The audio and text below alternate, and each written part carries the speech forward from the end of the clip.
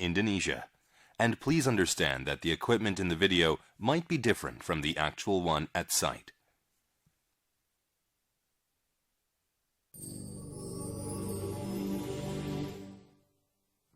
The sintering process is the first step of the iron-making processes and plays an important role to create iron ore that can be used in a blast furnace. The proper grain size of the iron ore required for a blast furnace is above 10 millimeters. Therefore, the purpose of the sinter plant is to process fine raw materials of below 10 millimeters into a coarse iron ore, ready to be charged to the blast furnace. Sinter plant layout. The sinter plant is classified into 3 facilities. First, the raw material handling facility stores and discharges the materials transferred from the material yard. Second, the sintering facility produces the actual sinter ore. Third, the crushing facility crushes, screens, and conveys the produced sinter ore. Moreover, exhaust ESP collects the dust generated from the sintering process. Plant dedusting ESP collects the dust generated in the screening and crushing equipment, and coke bag filter collects dust generated in the fuel crushing equipment.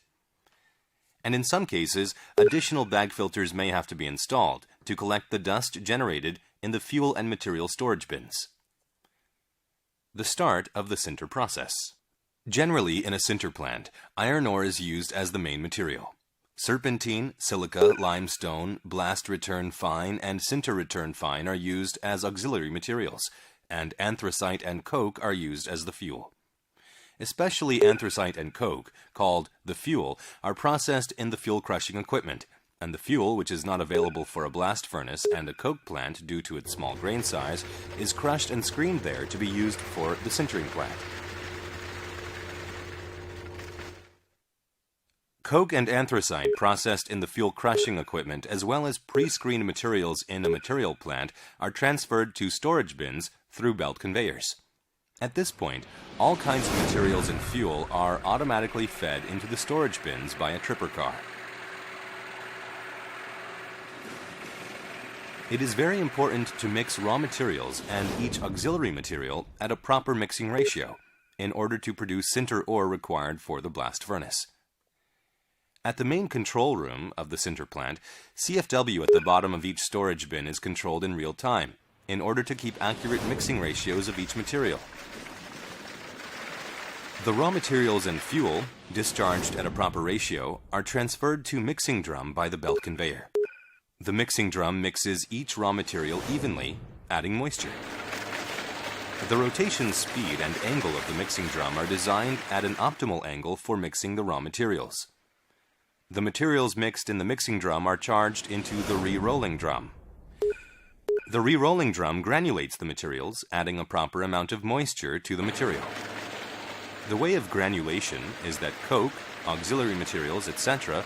are combined with iron ore as a center, rotating in the re-rolling drum. This is an important process to obtain permeability needed for the sintering process. The materials, which are granulated into proper sizes by the re-rolling drum, are conveyed to a surge hopper on top of a sinter machine. When the materials are charged, a shuttle conveyor is used to feed material uniformly in the surge hopper. At the bottom of the shuttle conveyor, a grizzly bar is installed to screen lump ore, because the lump ore causes a problem with charging equipment, and the lump ore screened here is collected at the bottom floor of the sinter machine through a drop chute installed on the side. There is charging equipment at the bottom of the surge hopper, and it consists of gates, a drum feeder, and a deflector. The gates consist of one main gate for controlling discharge rate and 3 sub-gates for feeding the materials evenly in the width direction to charge uniformly. Depending on the operating conditions, the opening of the gates and the rotation speed of the drum feeder can be adjusted, and the rotation speed of the drum feeder is automatically controlled according to the sinter machine speed and the thickness of the charged materials. It is a core technology for designing the charging equipment that mixed materials are evenly charged in a horizontal manner. Lump-grained materials are forced to be charged onto the bottom, and fine-grained materials onto the top of a pallet. This helps improve permeability in the bed and make materials burn evenly. Before the mixed materials are charged onto the pallet, hearth layers are spread 100 millimeters thick on the bottom of the pallet, and the mixed materials are charged on the hearth layers. As a result, sinter ore is prevented from being melted and being stuck to the surface of the pallet during the sintering process. The surface of the mixed material is ignited by a burner in an ignition furnace. After ignition, the coke and the anthracite mixed in the materials are burned from the top to the bottom by suction pressure of the bottom of the pallet. The suction pressure is formed by a large suction fan at the rear edge of the gas main duct and is maintained during the whole sintering process. The fresh air of room temperature is continuously supplied to the upper part of the pallet by the suction pressure, and oxygen included in the supplied air accelerates the combustion of the ignited fuel and materials. At this point, the temperature of the fuel and materials increases more than 100 degrees Celsius, and they are combined each other, being melted, and then quickly cooled down by continuously supplied air. So they are cooled off like the shape of basalt, with plenty of porosity. While this process is in progress, the pallet continues to move the materials forward, which makes continuous operation possible. And during the whole sintering process, the exhaust gas temperature is measured at the main control room. At the moment when more than 70% of the sintering process progresses, the exhaust gas temperature increases rapidly, which means all the moisture in the materials evaporates and the sintering process is completed. This stage is called BTP in the sinter plant, and the sinter ore through BTP is not burned any longer, and it is discharged, going through a cooling process. It takes about 30 to 40 minutes for the combustion layer on the top to go down to the bottom, and the pallet passes through BTP and reaches the discharging outlet. The sinter ore burned in the sinter machine is combined into a pallet-shaped one which looks like a large cake. A big mass of the sinter ore is crushed into a proper size at a hot crusher in order to be easily transferred. The crushed sinter ore is evenly charged into a cooler by a charging chute.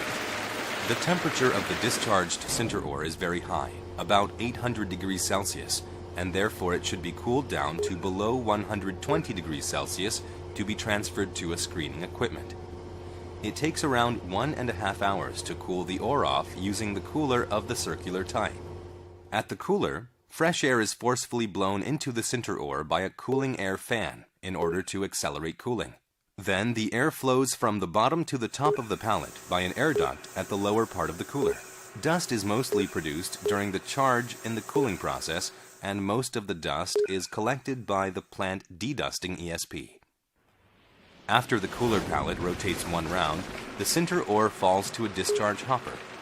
This is because one side of the pallet goes down due to the curved dip rail at the discharge outlet.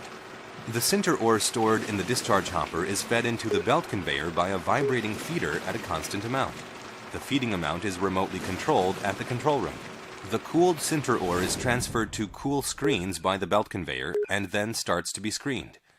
At this point, the temperature of the sinter ore discharged from the cooler is measured in real time, because high-temperature sinter ore may cause the belt conveyor to be damaged, so the high-temperature sinter ore has to be immediately cooled off. The cooler sinter ore is conveyed to the cold screen, and the screening and crushing equipment starts. The screening and crushing equipment generally consists of 4 screens and 1 spike-type roll crusher in order to screen the sinter ore into a proper size to be used.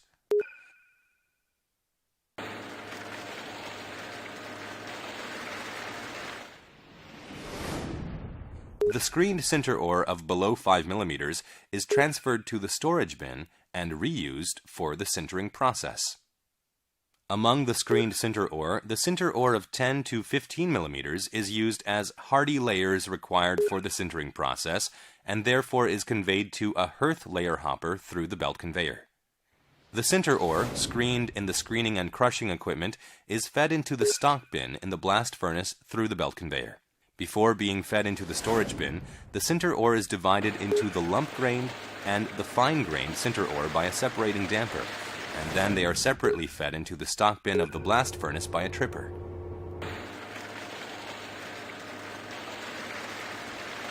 When the storage bin is full, the residual sinter ore is transferred to the sinter yard by the belt conveyor and stocked by stacker reclaimer. In preparation for emergency, the sinter yard can store an amount of the sinter ore which can be used for the blast furnace for 2 to 3 days. In case that the sinter plant has to be shut down, or planned repairs are required due to emergency during the normal operation, the sinter ore in the sinter yard is discharged by the stacker reclaimer and transferred to the stock bin again in order to keep normal operation of blast furnace.